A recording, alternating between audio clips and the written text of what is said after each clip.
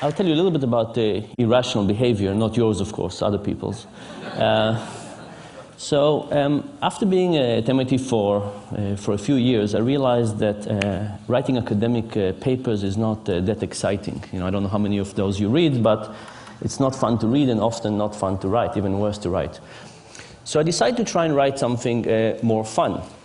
And I came up with an idea that I will write a cookbook. And the title for my cookbook was going to be Dining Without Crumbs, The Art of Eating Over the Sink.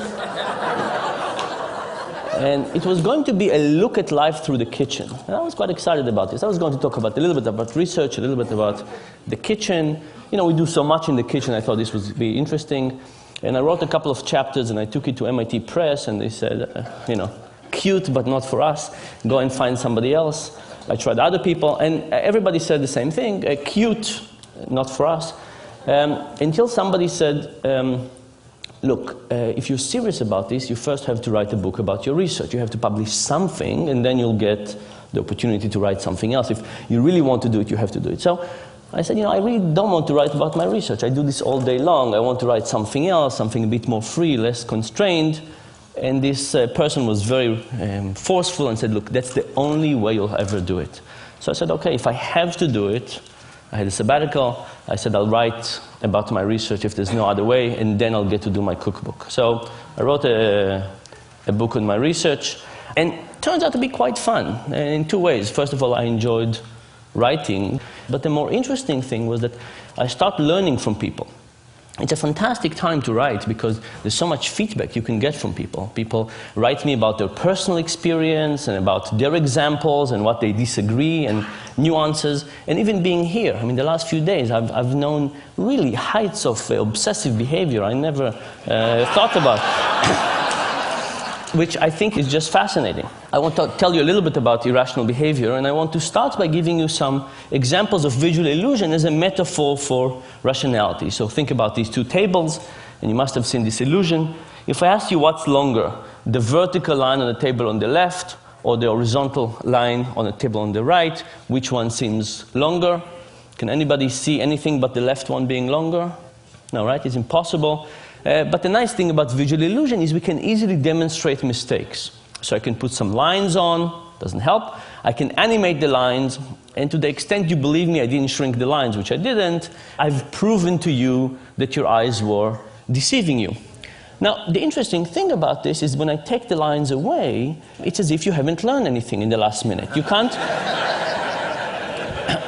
can't look at this and say, okay, now I see reality as it is, right? It's impossible to overcome this sense that this is indeed longer. Our intuition is really fooling us in a repeatable, predictable, consistent way. There's almost nothing we can do about it aside from taking a ruler and starting to measure it. Here's another one. This is one of my favorite illusions. What do you see the color that the top arrow is pointing to? The brown, thank you. The bottom one? Yellow. Turns out they're identical. Can anybody see them as identical? Very, very hard. I can cover the rest of the cube up, and if I cover the rest of the cube, you can see that they're identical. And if you don't believe me, you can get the slide later and do some arts and crafts and see that they're identical. But again, it's the same story, that if we take the background away, the illusion comes back, right? There's no way for us not to see this illusion. I guess maybe if you're colorblind, I don't think you can see that. I want you to think about illusion as a metaphor. You know, vision is one of the best things we do. We have a huge part of our brain dedicated to vision, bigger than dedicated to anything else. We do more vision, more hours of the day than we do anything else. And we're evolutionarily designed to do vision. And if we have these predictable, repeatable mistakes in vision, in which we're so good at, what's the chance that we don't make even more mistakes in something we're not as good at? For example, financial decision making. Something we don't have an evolutionary reason to do, we don't have a specialized part of the brain, and we don't do that many hours of the day. And the argument is that on those cases, it might be the issue that we actually make many more mistakes. And worse, not have an easy way to see them. Because in visual illusions, we could easily demonstrate the mistakes. In cognitive illusion, it's much, much harder to demonstrate to people the mistakes. So I want to show you some cognitive illusion, or decision-making illusion in the same way.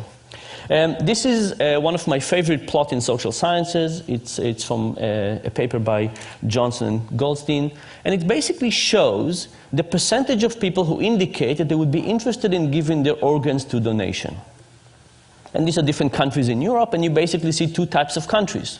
Countries on the right that seems to be giving a lot, and countries on the left that seems to be giving very little or much less. The question is why? Why do some countries give a lot and some countries give a little? When you ask people this question, they usually think that it has to be something about culture, right? How much do you care about people? Giving your organs to somebody else is probably about how much you care about society, how linked you are. Or maybe it is about religion. But if you look at this plot, you could see that countries that we think about as very similar actually exhibit very different behavior. For example, Sweden is all the way on the right, and Denmark, that we think is culturally very similar, is all the way on the left. Germany is on the left, and Austria is on the right. The Netherlands is on the left, and Belgium is on the right. And finally, depending on your particular version of European similarity, you can think about the UK and France as either similar culturally or not. But it turns out that from organ donation, they're very different. By the way, the Netherlands is an interesting story. You see, the Netherlands is kind of the biggest of the small group. Turns out that they got to 28% after mailing every household in the country a letter begging people to join this organ donation program. Right, so you know the expression, begging only gets you so far? It's 28% in organ donation. But whatever the countries on the right are doing, they're doing a much better job than begging. So what are they doing? Turns out the secret has to do with the form at the DMV. And here's the story. The countries on the left have a form at the DMV that looks something like this. Check the box below if you want to participate in the organ donor program. And what happens? People don't check and they don't join. The countries on the right, the ones that give a lot, have a slightly different form. It says check the box below if you don't want to participate. Interestingly enough, when people get this, they again don't check, but now they join the program. Now, think about what this means. You know, we wake up in the morning and we feel we make decisions. We wake up in the morning and we open the closet and we feel that we decide what to wear, and we open the refrigerator and we feel that we decide what to eat. And what this is actually saying that much of these decisions are not residing within us. They're residing by the person who's designing that form. When you walk into the DMV, the person who designed the form will have a huge influence on what you'll end up doing. Now, it's also very hard to intuit these results. Think about it for yourself. How many of you believe that if you went to renew your license tomorrow and you went to the DMV and you would encounter one of these forms, that would actually change your own behavior? Very, very hard to think that it will influence us, right? We can say, oh, these funny Europeans, of course it would influence them. But when it comes to us, we have such a feeling that we're at the driver's seat. We have such a feeling that we're in control and we are making the decision that it's very hard to even accept the idea that we actually have an illusion of making a decision rather than actual decision. Now, you might say, you know, these are decisions we don't care about. In fact, by definition, these are decisions about something that will happen to us after we die. How could we care about something less than something that happens after we die? So a standard economist, somebody who believes in rationality, would say, you know what? The cost of lifting the pencil and marking a V is higher than the possible benefit of the decision, so that's why we get this effect. But in fact, it's not because it's easy, it's not because it's trivial, it's not because we don't care, it's the opposite. It's because we care, it's difficult, and it's complex, and it's so complex that we don't know what to do. And because we have no idea what to do, we just pick whatever it was that was chosen for us. I'll give you one more example for this. This is from a paper by Redelmeier and Shafir. And they said, you know, would this effect also happens to experts? People who are well paid, experts in their decisions, do it a lot. And they basically took a group of physicians. And they presented to them a case study of a patient. And they said, here's a patient, he's a 67-year-old farmer, he's been suffering from a right hip pain for a while. And then they said to the physician, yes, you decided a few weeks ago that nothing is working for this patient. All these medications, nothing seems to be working, so you refer the patient to hip replacement therapy, hip replacement, okay? So the patient is on a path to have his hip replaced. And then they said, half the physician, they said, yesterday, you reviewed the patient's case and you realized that you forgot to try one medication. You did not try ibuprofen. what do? Do you pull the patient back and try ibuprofen, or do you let them go and have hip replacement? Well, the good news is that most physicians in this case decided to pull the patient and try ibuprofen. Very good for the physicians. The other group of the physicians, they said, yesterday when you reviewed the case, you discovered there were 2 medications didn't try out yet, ibuprofen and piroxicam. They said, your 2 medications didn't try out yet, what do? You let them go, or you pull them back. And if you pull them back, do you try ibuprofen or piroxicam? Which one? Now, think of it. This decision makes it as easy to let the patient continue with hip replacement, but pulling them back all of a sudden becomes more complex. There's one more decision. What happens now?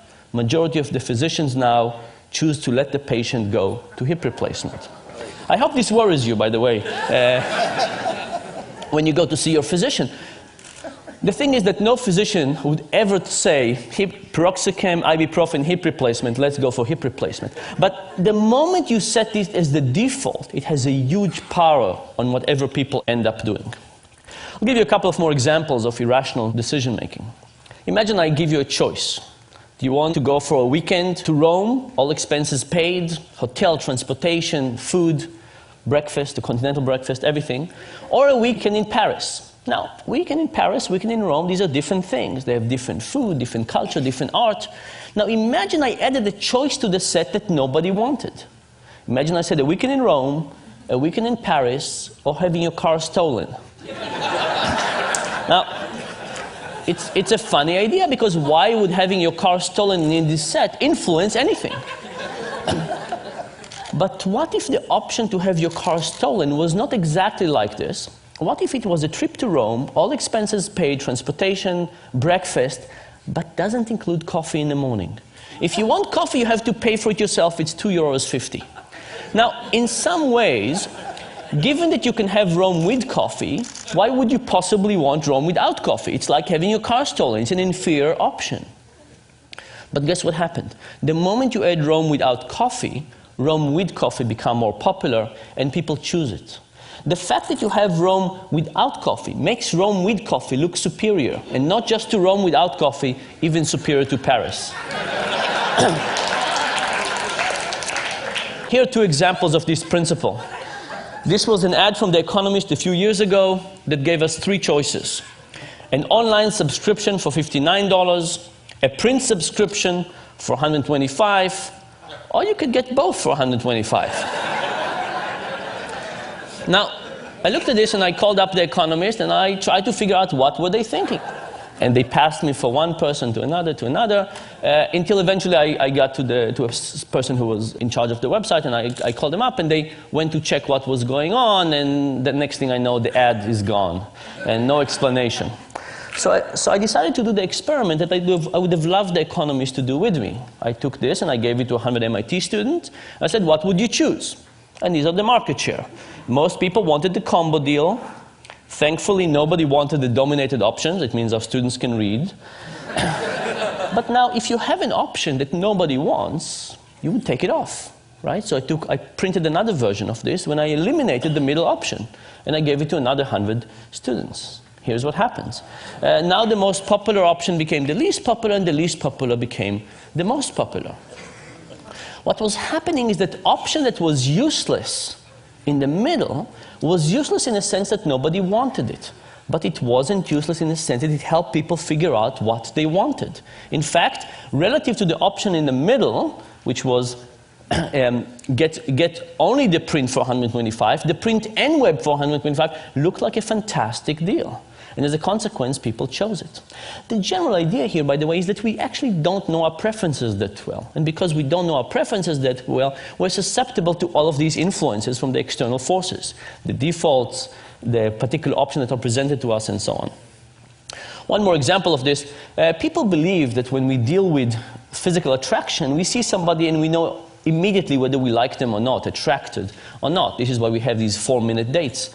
So I decided to do this experiment with people. I'll show you graphic images of people, not real people. The experiment was with people. I showed some people a picture of Tom and a picture of Jerry, and I said, who do you want to date, Tom or Jerry? But for half the people, I added an ugly version of Jerry. I took Photoshop and I made Jerry slightly less attractive. The other people, I added an ugly version of Tom. And the question was, will ugly Jerry and ugly Tom help the respective more attractive brothers? And the answer was absolutely yes. When ugly Jerry was around, Jerry was popular. When ugly Tom was around, Tom was popular. This, of course, has two very clear implications for life in general. If you ever go bar hopping, who do you want to take with you?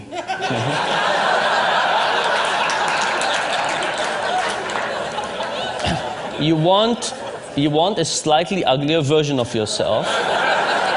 Similar, but slightly uglier. And the second point, of course, is that if somebody else invites you, you know how they think about you. Now you're getting it. What is the general point? The general point is that when we think about economics, we have this beautiful view of human nature. You know, what a piece of work is man, how noble in reason. We have this view of ourselves, of others. The behavioral economics perspective is slightly less generous to people. In fact, in medical terms, that's our view. But there is a silver lining. And the silver lining is, I think, kind of the reason that behavioral economics is interesting and exciting. You know, are we Superman or are we Homer Simpson? When it comes to building the physical world, we kind of understand our limitations. We build steps and we build these things that not everybody can use, obviously, but we build them. We understand our limitations and we build around it. But for some reason, when it comes to the mental world, when we design things like healthcare and retirement and stock markets, we somehow forget the idea that we're limited. And I think if we understood our cognitive limitations in the same way that we understand our physical limitations, even if they don't stare us in the face in the same way, we could design a better world. And that, I think, is the hope of this thing. Thank you very much.